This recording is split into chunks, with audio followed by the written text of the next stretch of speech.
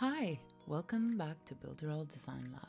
I'm Sarah, and today we are finalizing our Mielora skincare page and getting it ready for publishing. Let's dive right in.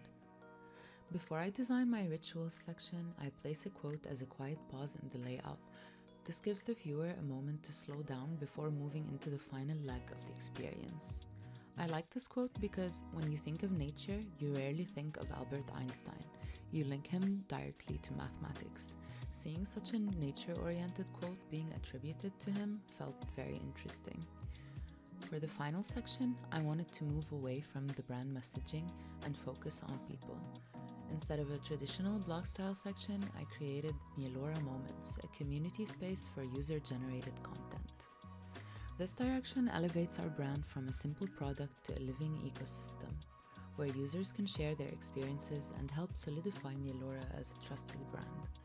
Because trust doesn't only come from what a brand says, it comes from what people share. Seeing real moments, real routines, and real stories creates authenticity. It makes the brand feel human.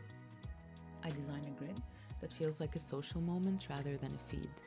I use short captions, user-generated imagery, and simple Polaroid-style UI cards. I want this to feel like an intimate journal, where the trust we built across previous sections is cemented through social proof. I finalize my sections with my footer design. I add my logo, socials, and page index.